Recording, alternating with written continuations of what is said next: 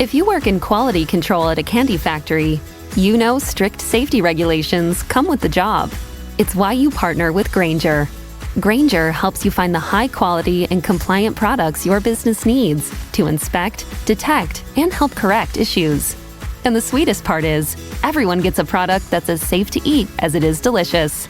Call 1-800-GRAINGER, click Grainger.com, or just stop by. Grainger, for the ones who get it done.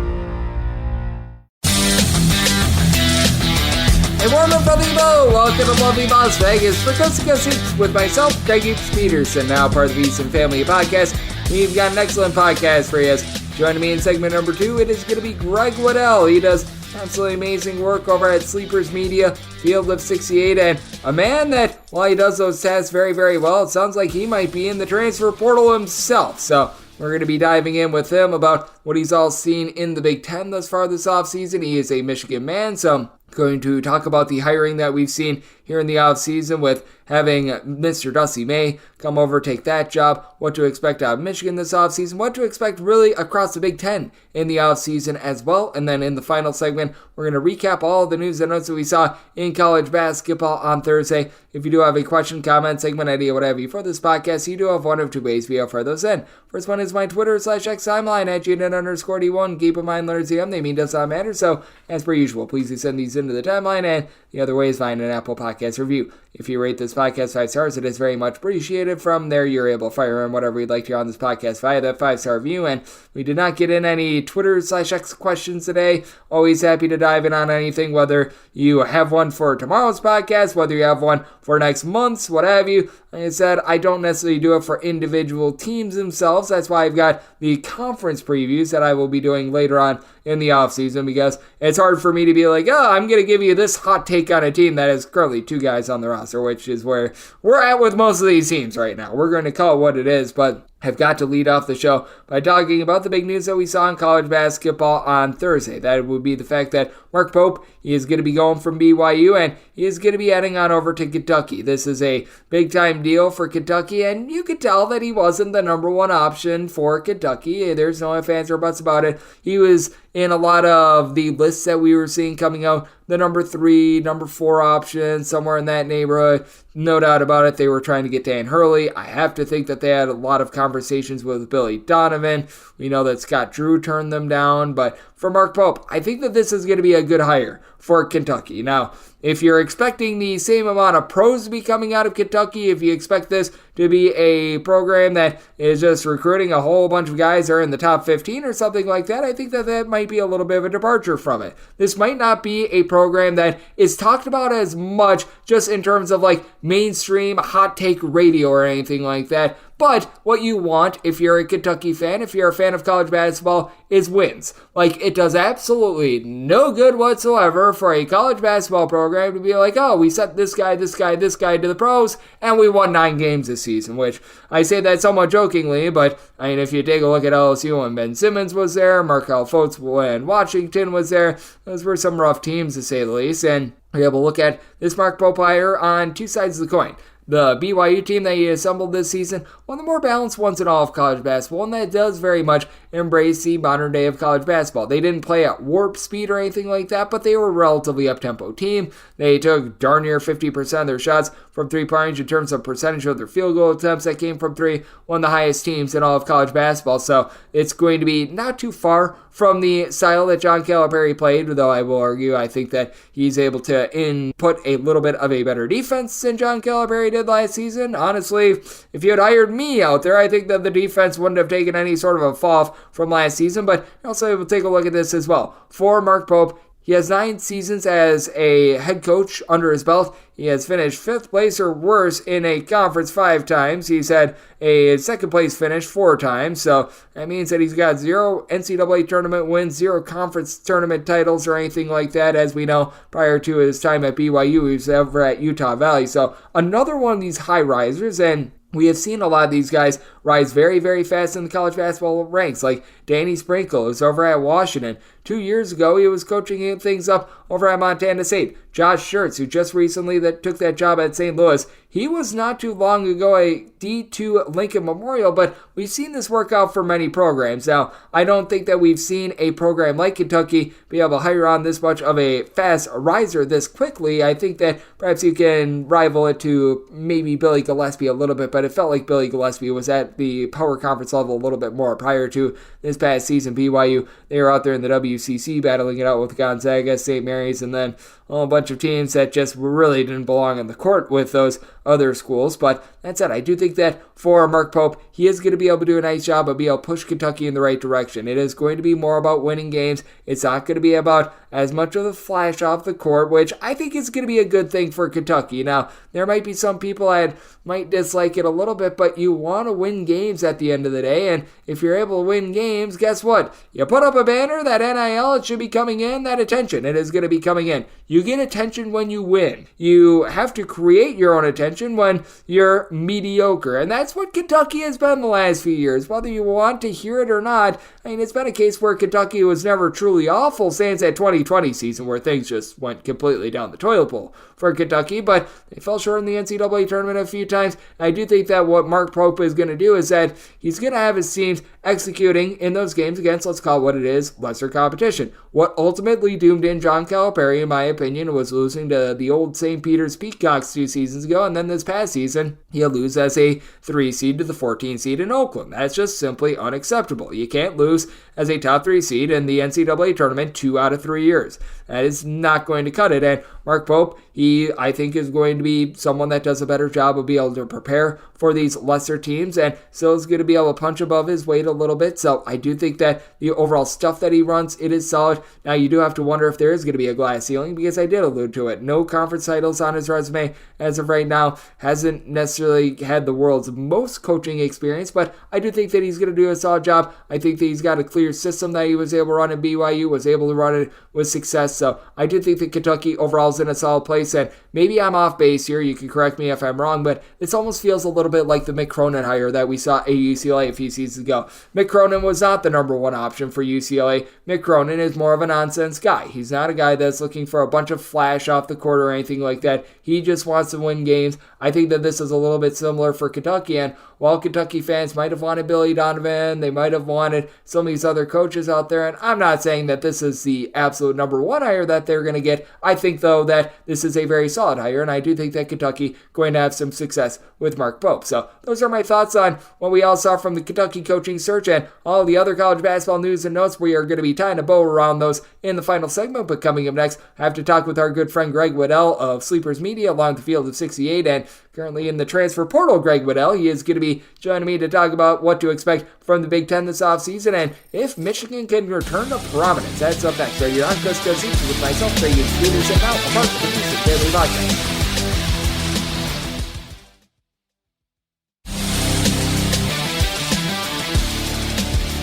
We're right here in lovely Las Vegas for Coast to Coast Hoops with myself, Greg Peterson, now part of the VSiN Family Podcast, and it is always great to be joined by this man, as Greg Waddell does such great work over at Sleepers Media. I know that he is currently hitting the transfer portal, but that said, he does such amazing work. Taking a look at this great game that we all know and love of college basketball. He, much like myself, a Greg from the Midwest, we absolutely love those guys. I know that he's doing a great job taking a look at all that we're getting in the Big Ten right now, and you're able to follow him on Twitter /X at GWizzy, the number 12 altogether, and does some good college football work. And Greg, great to have you aboard. Thank you. Yeah, thanks for having me, Greg. Hope the offseason's treating you well through the first couple of days here.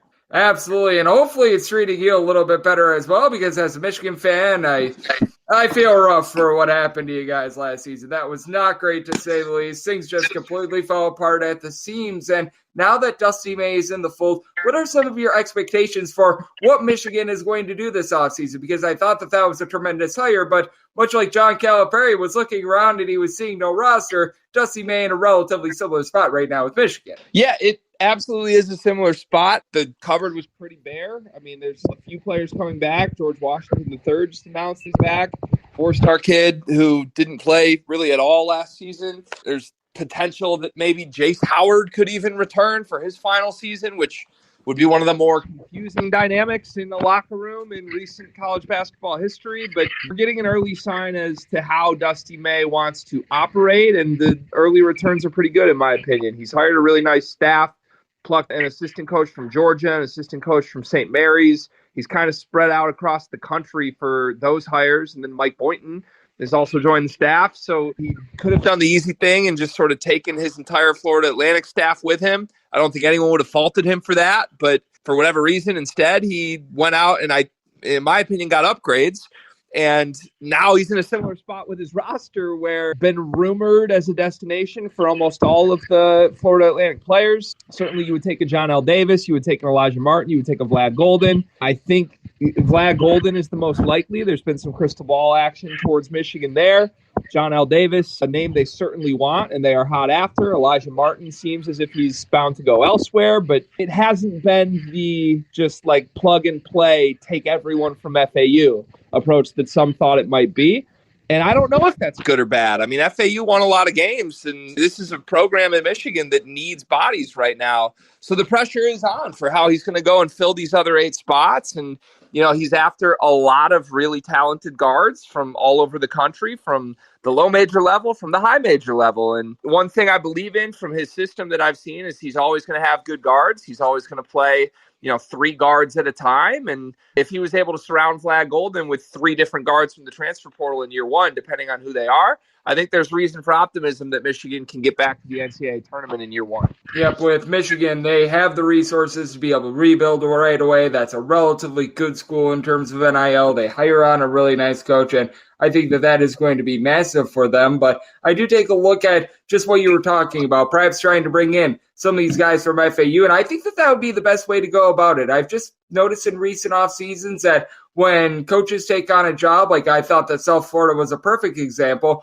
bringing in all those guys from Kennesaw State, it leads to instant success. I'm not sure if you agree/disagree, but I think the best way for year number 1 to go well for Michigan and Dusty May is just to bring in those guys because, for lack of a better term, in a day and age where you've got so much movement, where you've got so many transfers, just having that consistency with the system, I think would be massive for Michigan. Yeah, if that's a starting point, you certainly feel good about it. I think he's got to be careful, though. I think it would have been really easy to just say, hey, everyone, come with me. Nobody would have faulted him for it. A lot of these players are good players. With that said, this is a team that didn't win an NCAA tournament game this season, did not win the American Conference regular season or tournament championship. The Final Four was great. Don't get me wrong. Final Fours are always great. But I think you can point around the country to a lot of hires that may have been made due to an NCAA tournament run that point to that not necessarily being the best indicator of a coach's success long term. It's more about the caliber of your teams. And I believe Dusty in general was a great hire. I believe,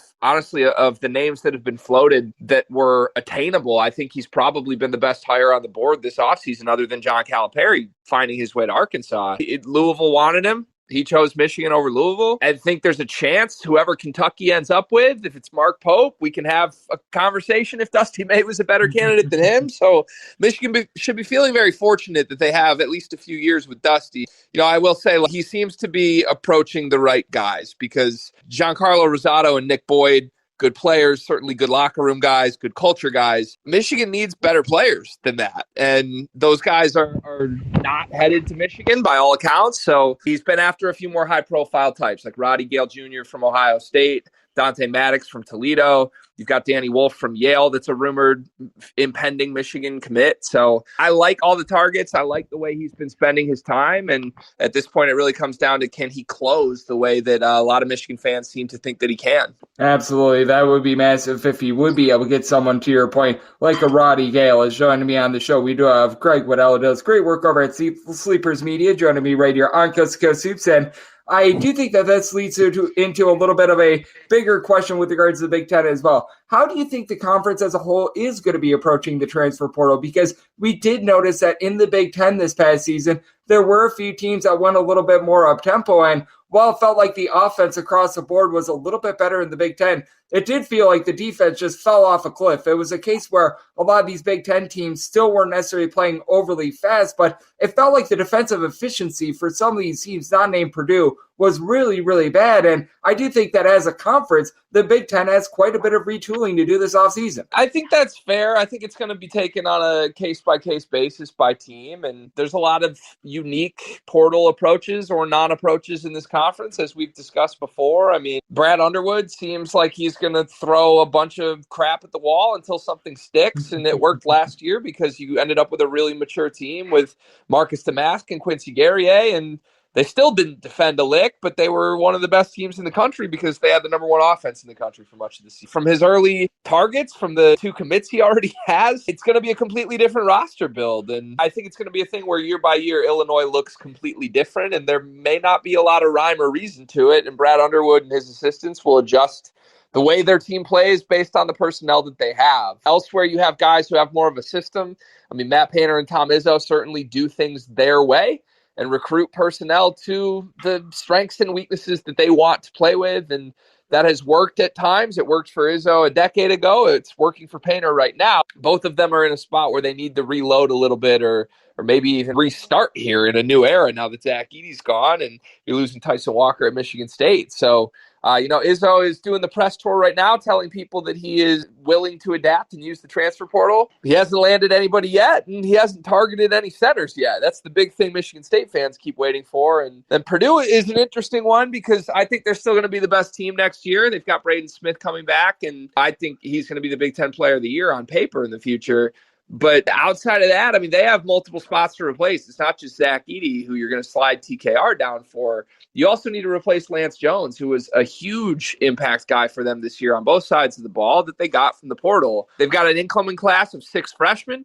They're still oversigned by 1 right now, so some things need to change to even give them the opportunity to bring someone in from the portal. It'll be kind of an interesting test on how much has this taste of the national championship changed Painter towards wanting to compete now versus what he's done traditionally, which is, believe in his young guys and give them opportunities and kind of wait it out until later in their careers. So if it were me, I would go straight to the portal. I think there's a lot of impact players that would love to play for Purdue right now. But like I said, there's work that needs to be done to see if Matt Painter's going to go that route.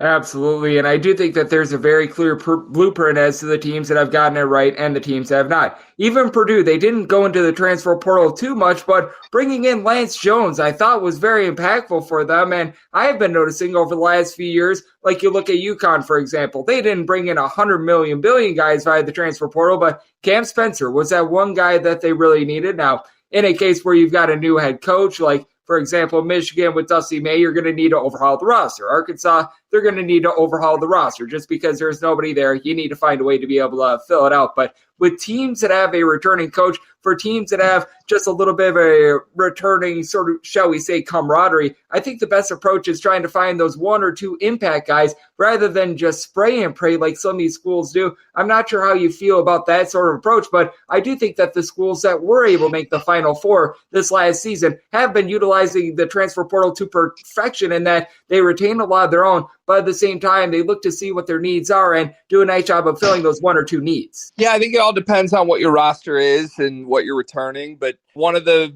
archetypes that has worked for a lot of teams in the portal is guys that have multiple years of eligibility. I mean, you don't have to go out and get grad transfers as much as age has won lately in college basketball. If you can find a guy that has 2-3 years of eligibility left that can grow and develop in your program, I think that's a lot more valuable than a guy who's in and out in 6 months. And, some examples of that in the Big Ten, Tyson Walker was stellar over his final 2 seasons at Michigan State after a pretty iffy first year, to be completely frank about it. And, I think there's a lot of guys out there that, especially at the lower levels, they have a great freshman season. They want to go elsewhere. They want to reach the high major level. And, the portal has given them an opportunity to do so. It just depends on them finding the right fit. And, a lot of this is money driven, but maybe that doesn't always lead to the healthiest of situations. So I look at a guy like Tristan Newton, even outside of the Big Ten with UConn, like, man, getting a second year of him this season was so critical. They returned an All-American level point guard immediately that went from like a 4th, 5th option in their first national title run to really the face of the team from the perimeter. Everyone's going to try and duplicate that. It's easier said than done. But to me, that helps because you're not looking to do the Brad Underwood and get 6 new players every offseason. You can really lock in on 1 to 2 impact guys and hopefully stack them to the pieces you already added from previous off seasons. Absolutely. And even this past offseason, I felt like Illinois did it a little bit better than in past off seasons as well, having Terrence Shannon return for season number 2. Still having Coleman Hawkins in the fold, who was awful at the beginning part of the season, then really developed. That was good for them as well. And look no further than Alabama with someone like a Mark Sears as well to build upon that point that you just made, as Greg Waddell does great work over at the Field of 68 and Sleepers Media, joining me right here on Coast to Coast Hoops. And we talked about a few teams and their intrigue this offseason. No doubt we're going to be seeing what Michigan does this offseason. I feel like we could take off the list Michigan State because they just seem allergic to the transfer portal. Like, wake me up when they actually make a few moves. They made the move for Ty Walker a few off seasons ago, but past that, they really haven't done a lot. But when it comes to this offseason, is there a team or two in general that you're just intrigued by as to what they're going to be doing in the offseason, whether that be in the Big Ten or whether that be elsewhere? Because there's a lot of teams I think are going to be taking a lot of different approaches, and I do think that this is going to be an offseason in general where we could see a lot of teams just shift the way that they look at things to try to be able to make that Final Four/Elite Eight run. I have 3 that come to mind, 2 in the Big Ten and 1 outside of it that is just super unique to me right now. But starting in the Big Ten, I actually do think Michigan State is one to keep an eye on because Izzo really is trying to get a wing as a starting point. I mean, he's said that he needs to adapt. He has also said he doesn't want to adapt, but he's not happy with his results, and he'll die trying to get them back to a Final Four. Well, if you really mean that, back it up with some action. And thus far early in the offseason, he's after a couple different guys. Frankie Fiddler is a wing that Michigan State's going to get a visit from. Javon Hadley, it sounds like he's down to Iowa State and Michigan State and may have backed out from a quick commitment to Iowa State. So there's new life there. Trey Townsend from Oakland is kind of that hybrid. You know, is he a big? Is he not? He's only 6'6", but certainly a guy who has done a lot of great things on the biggest stage, and an in-state kid that I think Greg Campy would hand deliver to East Lansing if Tom Izzo wants him. So I'm keeping an eye on that. They need a big and they need a wing in order to round out this rotation, and they're after a lot of wings right now. They're not after any true centers right now. And the news that Mady Sissoko is departing, we will see if Tom Izzo really is going to back up his willingness to change that he's talked about so many times this offseason. The other Big Ten one that's intriguing to me is Indiana. This last season I thought was a horrendous roster build from Mike Woodson. I don't think the team actually performed horribly to what he built. I think he did not go get any backcourt players. He offered a bazillion bigs. Peyton Sparks was coming off the bench after they already had Khalil Ware and Malik Renew. They had to push Mackenzie Mbako to the 3.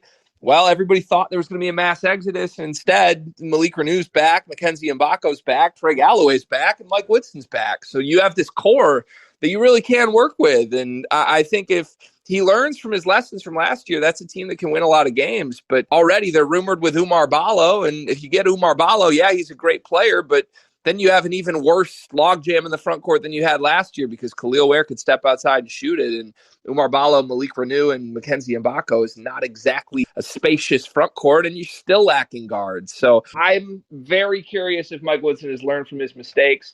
Doesn't really seem like it thus far, but there's obviously a lot of time to go. And the last one I would shout out is just Arkansas. I mean, what is John Calipari going to do? He made the joke that he had a team meeting. There is no team. Well, you got 13 spots to work with. I would assume he brings a lot of his Kentucky recruiting class with him. I would assume he brings maybe a few players from last year's Kentucky team with him, but there's still going to be spots available. This is a man who has built so much of his career off of high school recruiting. He really lost his job because he didn't do enough from team building perspective at adding veterans and older guys. This is kind of crazy to say about a guy who did have Oscar Tshiebwe, a National Player of the Year, who was a guy he got from the portal, but he needs to build rosters that are more balanced. Arkansas is going to give him a chance to do so. There's been so much talk about the amount of NIL that's at his disposal. We're really going to find out if Cal is willing to do things a little bit differently than what ultimately did him in at Kentucky, and I can't wait to find out what happens. Absolutely. I don't think that there's any question he's going to need it. The transfer portal, considering when he met with his team a few days ago, there was no team. So he's going to need to find some bodies there. And when it comes to this podcast, we do our best to be able to find the best guests. And Greg, you are certainly towards the top of the list. You do amazing work over at Sleepers Media. You're a part of the Field of 68, and you're a fellow Greg from the Midwest. We like those people on this show, so let the good people at home know what's all on tap for you and how people can follow along on social media and other platforms. Yeah, it's actually a great opportunity for me to announce that I actually am hitting the transfer portal myself. I've had a great time at Sleepers Media these last few years, but Carter Elliott has just worn me down immensely. He's a talented kid, but good Lord, he loses his mind too often for my liking. So, I'm going to figure out what's next. I don't know. I'm waiting for the highest NIL offer I can get. If the good folks over at VSiN are hiring Greg Peterson, you let me know. I'll be your sidekick. I will follow you around 7 days a week and help you win some bets this summer, my friend. That's about it. At GWizzy12. Yes, if you want to, you can go follow at Sleepers Media to help Carter Elliott. Absolutely. I think that we might need to get Greg Waddell on the team to help out with my weak point of college football and pay him in Texas Roadhouse. That seems like a very fair offer to me. But our good friend Greg, he does absolutely amazing work. Taking a look at this great game that we all know and love of college basketball, and every single time he joins the show, he does great work. So big thanks to Greg for joining me right here on Coast to Coast Hoops, now part of the VSiN Family Podcast. And coming up next, it is that time of the podcast. We take a look at all the news and notes that we got in college basketball on Thursday.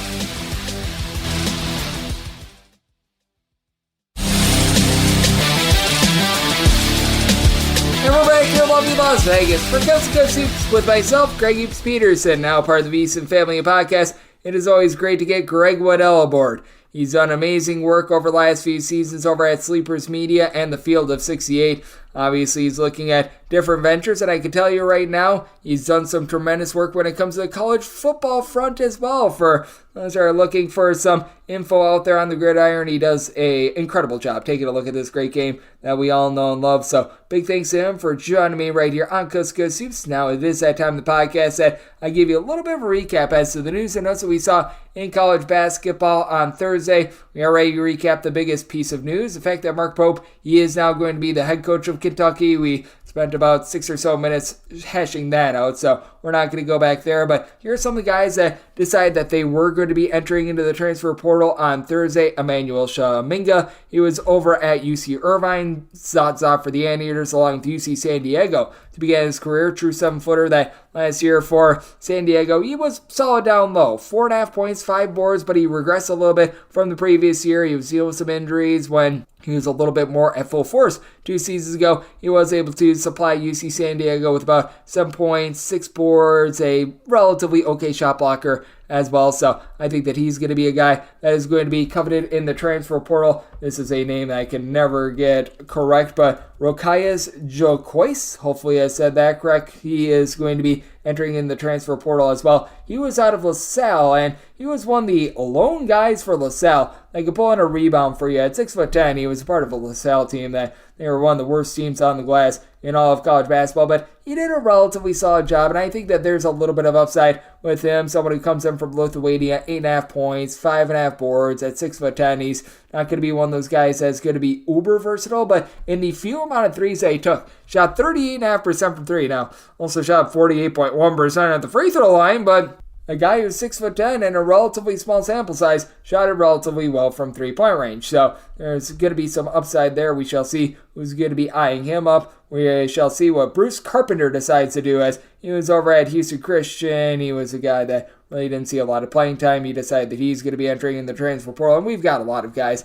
that are just like that, like Sean Yu, who's over at St. Francis of Pennsylvania, I believe. He's entered in the transfer portal. He's a true 7-footer, but just could not get out there on the floor. Matty Traore, he was over at Maryland this last season, 6'11", did not see any playing time whatsoever. He is now in the transfer portal as well. And we did notice a lot of these guys decide to be going portaling on Thursday, but this one I do think is a little bit interesting. Frederick King over at Creighton. I still remember when Ryan Kalkbrenner was dealing with his illness during the 2022-23 season. He came in and he honestly looked relatively solid, and I don't understand why Creighton didn't give him more minutes. He averaged about 2.5 points, 2 rebounds per contest, only got about 6.5 minutes per contest, and when he was actually out there and when he was given an opportunity, I felt like he was a solid player. Was he on the same level as Ryan Kalkbrenner? Heck no, but how about if we do go back to the 3 starts that he did get a season ago, and when he got those 3 starts, he filled in quite admirably. 3.7 blocks, 12 points per contest, and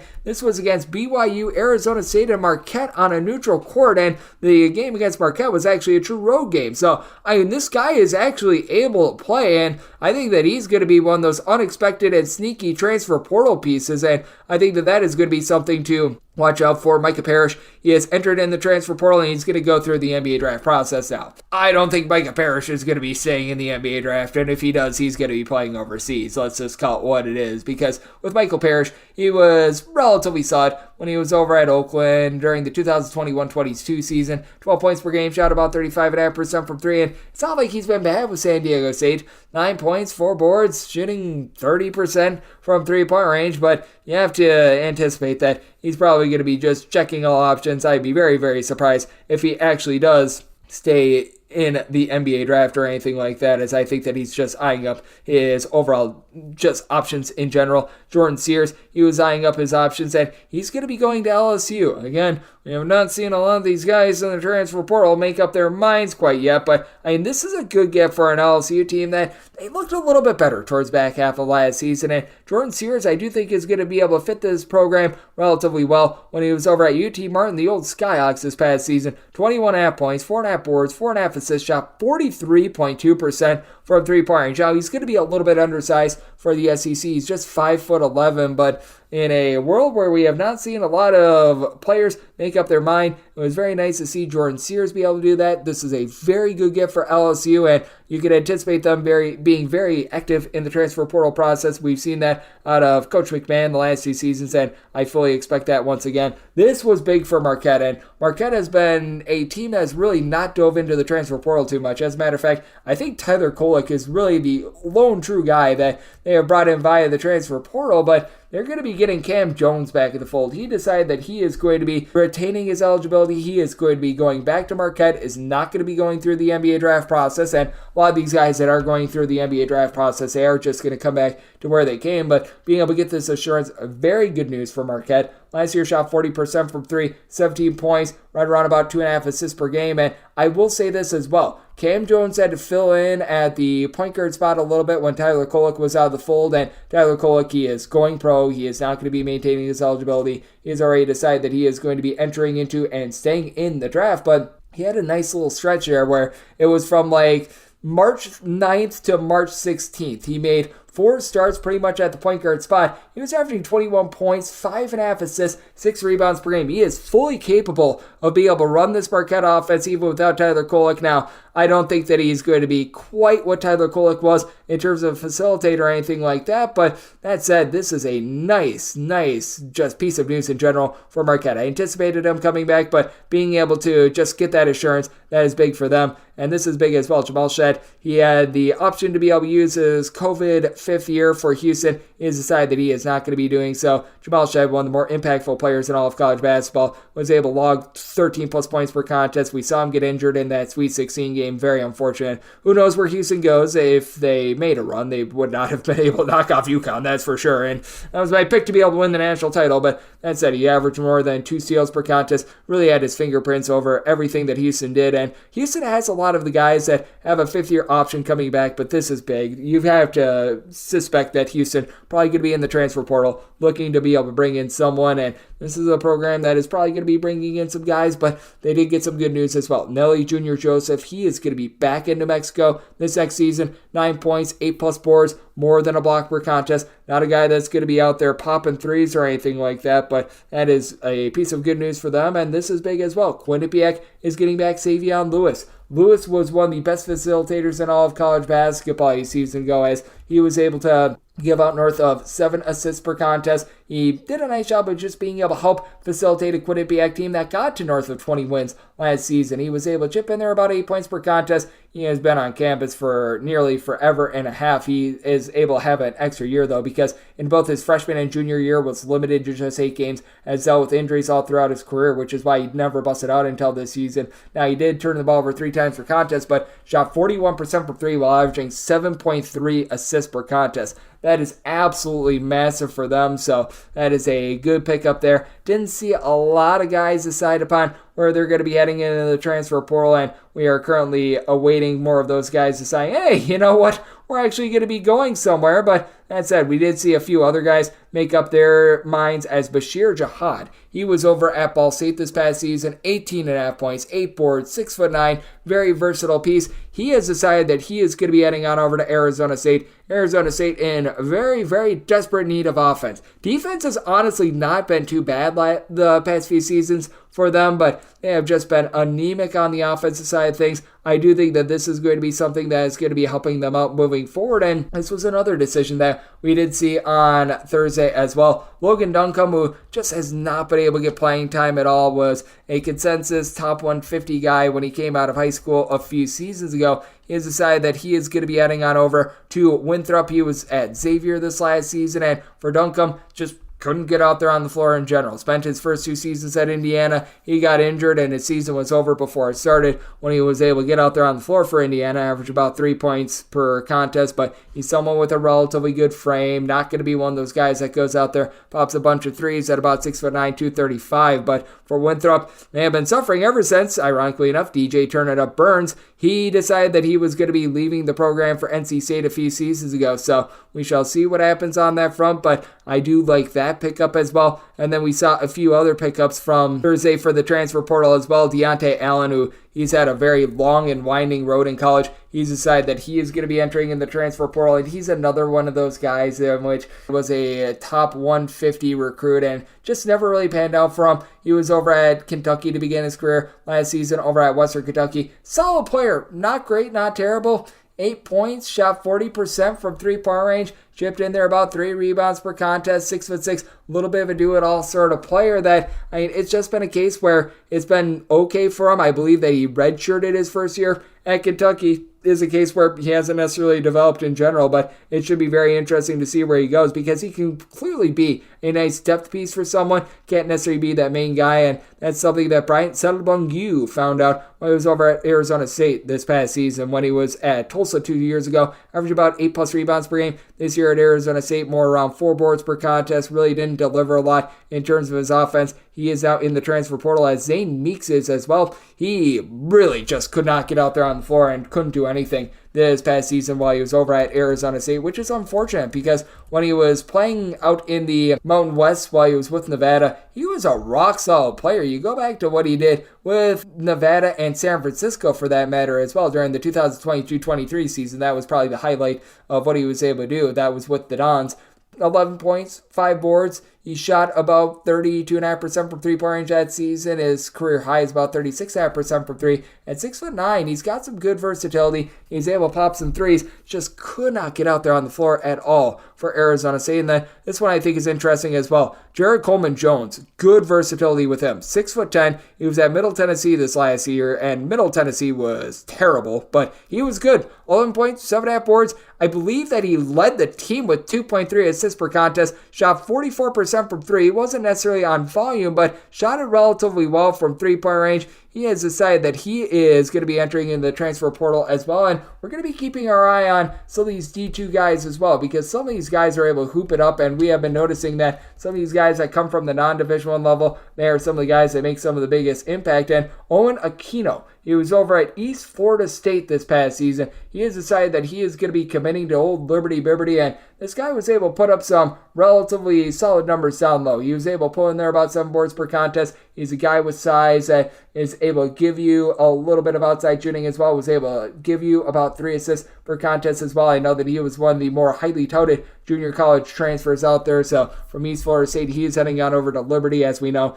a Liberty program that loves versatility. They love guys that are able to do a little bit of everything. So I do think that that is going to be nice for them moving forward. And what we're doing moving forward on this podcast, Coast to Coast Hoops, is taking a look at all that we've got this offseason and trying to be able to give you some great intel as well. This is one from a little bit over 24 hours ago as well. I can't get out without mentioning this one. Alvaro Cardenas. He was over at San Jose State this past season. He has decided that he is going to be heading on over to Boise State. Massive for Boise State. They were without Marcus Shaver Jr. this past season, and you tell that with them not being able to replace him with anything, they didn't have a single guy that gave them north of 3 assists per contest. There was a little bit of glass ceiling there. Now they've got the facilitator that they were desperately missing this last season. For a San Jose State team that played no defense whatsoever, he's going to need to improve that. 13 points, a steal, 5.5 assists, shot 38.5% from three-point range. That's big, just like what we're doing here at Coast to Coast Hoops. Says, I'm giving you a podcast every single day throughout the offseason. Here in the offseason, we're looking at the coaching decisions. We're looking at the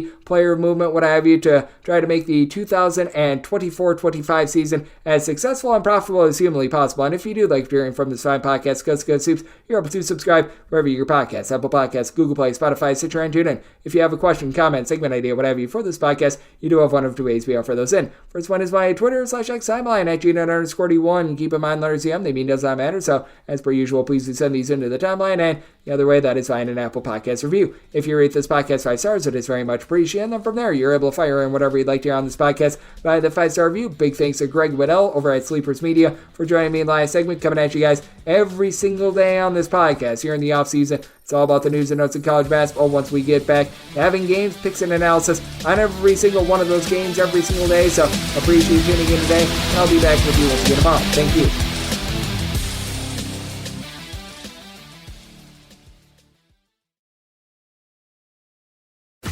If you work in quality control at a candy factory, you know strict safety regulations come with the job. It's why you partner with Grainger. Grainger helps you find the high-quality and compliant products your business needs to inspect, detect, and help correct issues. And the sweetest part is, everyone gets a product that's as safe to eat as it is delicious. Call 1-800-GRAINGER, click Grainger.com, or just stop by. Grainger, for the ones who get it done.